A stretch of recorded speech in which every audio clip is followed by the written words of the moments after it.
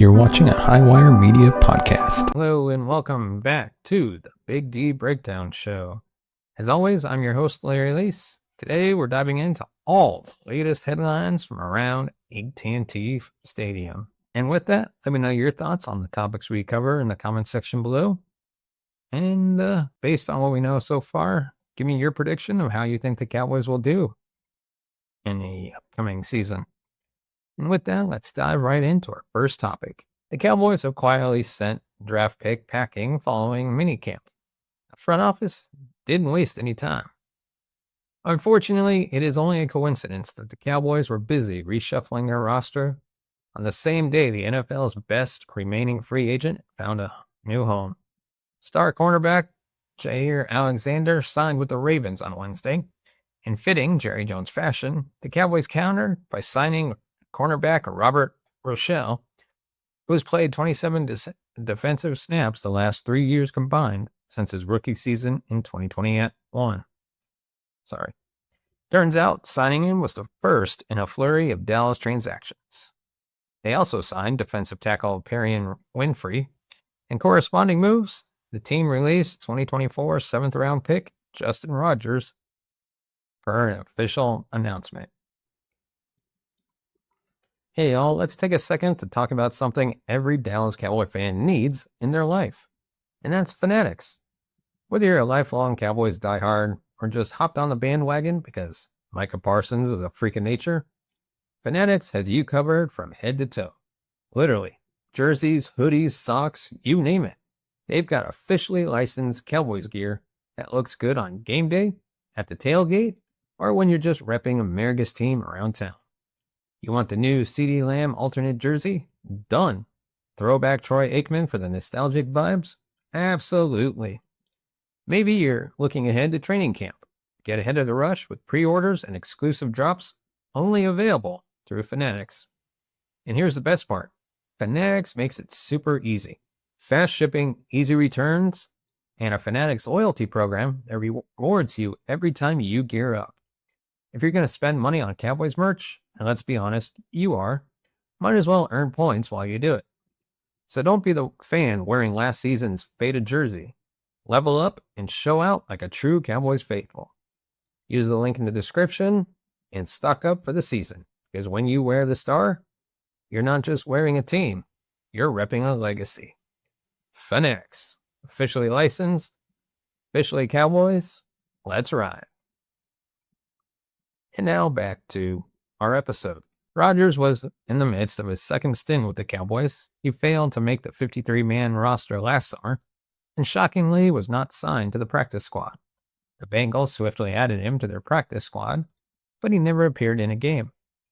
Dallas returned the favor and poached Rodgers of Cincinnati's practice squad before their Week 16 game against the Buccaneers.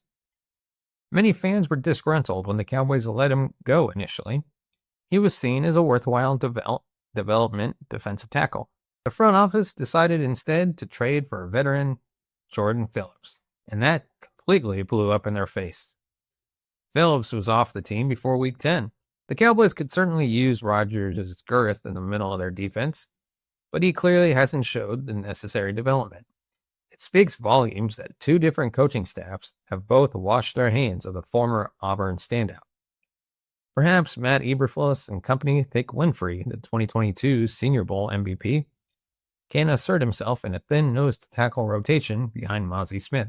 If nothing else, though, these flurry of moves are the latest indicator that Dallas needs an experienced defensive tackle at some point during training camp. And now on to a next topic. The Cowboys sign a cornerback, but it's the worst one imaginable. But no surprise to any of us, it's another Jerry Jones special. Cornerback is all the rage with the Cowboys right now after they passed on signing former Packers star Jaire Alexander, who inked a modest one-year pact with the Ravens on Wednesday. Two-time Pro Bowler Alexander was seen as a potential final addition to a cornerback room that currently has multiple players rehabbing from major knee injuries, including Trayvon Diggs and rookie Shavon Revel Jr. The Cowboys wasted no time signing a new cornerback after the Alexander bombshell, with ESPN Adam Schefter reporting Dallas agreed to terms with Robert Rochell on a 1-year deal. Did anyone really expect Jerry Jones to make a marquee addition before training camp? It was always more likely that the Cowboys would see how Jaire Alexander, Kalen Carson, Keeman Hall, and Andrew Booth performed in Oxnard before making a move. The signing is merely a case of Dallas covering their bases and adding more depth before they depart for training camp in a month. Rochell was a 4th-round pick of the Rams in 2021. He appeared in 28 games with 5 starts over 2 seasons before he was released just ahead of the 2023 season. Now 27 years old, Rochell spent the last 2 years in Green Bay and was back and forth between the practice squad and active roster. In total, he appeared in 20 games for the Packers and played 1 defensive snap compared to 233 snaps on special teams. The lack of experience does not inspire confidence. If it's any consolation, Rochell was one of a handful of players the Cowboys worked out during minicamp. He also performed well in the preseason throughout his career. Rochell posted a 76 coverage grade and 40 coverage snaps last preseason, according to PFF. In 4 years, he's allowed a 72.7 passer rating. If it seems like we're grasping at straws, that's exactly what we're doing. He clearly impressed the coaching staff enough to warrant a place on the 90-man roster. But the signing doesn't do much to alleviate any concerns about what the quarterback room will look like in Week 1. And now, the Cowboys are reportedly rocked by a crushing injury blow that has fans hitting the panic button. Cowboy fans are understandably smashing the panic button. The Dallas Cowboys probably weren't going to accomplish much last season anyway, but the injuries derailed any hopes of making the playoffs. They are hoping for better injury luck this year, but the latest news following mandatory minicamp is not a good sign of things to come. According to Albert Breer of Sports Illustrated, rookie cornerback Shavon Revel Jr., Dallas's 3rd-round pick, who's working his way back from a torn ACL, suffered a setback. According to Breer, he said, quote, "He is really, really interesting. It doesn't always work out. I know it's the easy thing to do to sometimes pluck the injured guy, and he had a little bit of a setback with his knee, but I think he'll be okay. He would have been fighting to be the first corner taken if he hadn't gotten hurt." This is the first Cowboy fans have heard of Revel suffering a setback. You can understand why the team would want to keep a development like this under wraps, but Revel was out on the field during mandatory minicamp last week, OTAs, and even rookie minicamp. While he worked off to the side with the rehab group in each setting, would he be practicing if the setback was recent or even significant? That is why the fan base shouldn't hit the panic button just yet. Breer did not specify when the setback occurred, and nobody on the Cowboys beat has mentioned anything about a setback. That isn't to say Breer couldn't beat local reporters to a big scoop. He's a very accomplished and respected insider. However, the lack of context leads us to question when the setback happened. It's possible it happened before the draft, which may explain why he dropped all the way to the 3rd round. As Breer noted, Revel was a potential top 10 pick before the injury. Even with that in mind, it was shocking that he slipped all the way to pick number 76. Hopefully, some clarity is provided soon. If the setback was recent, it would likely delay his recovery timeline. That would open up more questions about a cornerback room that already could be without Trayvon Diggs to start the year. This would be a massive story in Dallas if it was recent, or maybe it is just now being leaked. Either way, this is the last thing the Cowboys need after they seemingly escaped OTAs and minicamp without any major injuries. This Cowboys deal is quickly being painted as a nightmare for the team. It's not a great contract, but did Dallas have any other choice? No team in the league gets taken to the cleaners in contract negotiations more than the Dallas Cowboys. The financial benefit to getting out in front of these deals goes without saying, but would also save players like Dak Prescott from a lot of scrutiny. Granted, most of the Prescott slander stems from the fact that he plays for the Cowboys, but his contract is easy pickings for writers and analysts. Recently, the NFL Spin Zone recently picked every team's worst contract going into the 2025 season and landed on Prescott for Dallas, saying, quote, "At $60 million per year, Dak Prescott is the only quarterback in the NFL who has hit this figure. but he's absolutely not worth it. The quarterback contract market works like this, as we see quarterbacks resetting the top of the market with regularity. And the Cowboys overpaid to keep Dak Prescott as a number one quarterback.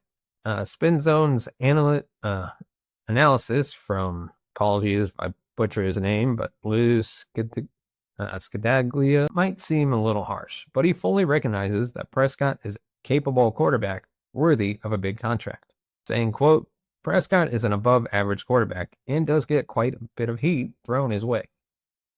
A lot of that hate is simply because he plays for the Cowboys, as he would be a better quarterback option than what many other teams currently have. The veteran quarterback has always said the right thing and is clearly a top-tier teammate. But the price tag just isn't a fair assessment of the play the Cowboys get. Prescott's $60 million annual average value is $5 million more than the next quarterbacks. Joe Burrow, Josh Allen, Jordan Love, and Trevor Lawrence all make $55 million per year. Is Prescott more valuable than Burrow and Allen? Definitely not. But it's not his fault. Jerry Jones delayed his extension by a full year. Jones entered the 2023 season with minimal leverage to begin with, and Prescott made him pay to the tune of finishing second in MVP voting after throwing for more than 4,500 yards and 36 touchdowns to 9 touchdowns. Now, is it possible Prescott himself didn't want to sign ahead of time? No doubt. His price was only going to keep going up the longer he waited. That same theory was floated with CeeDee Lamb during his contract holdout last offseason. Putting the process aside for a moment, the Cowboys would have been raked over the coals no matter what they did with Prescott.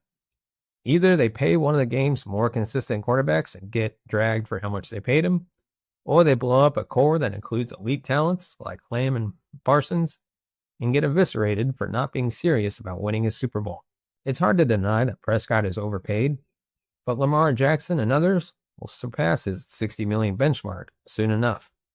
He had Dallas hanging over a barrel and used the full extent of it. And with that, let me know your thoughts on the topics we've covered.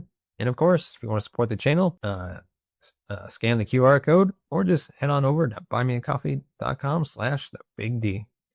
As always, your support helps the channel grow, upgrade our equipment, bring in new hosts, be able to pay them, and eventually take this show on the road. We'd definitely love to do an episode from AT&T Field, or Stadium, I should say, or other locations across the country when they play. And your support can help make that happen.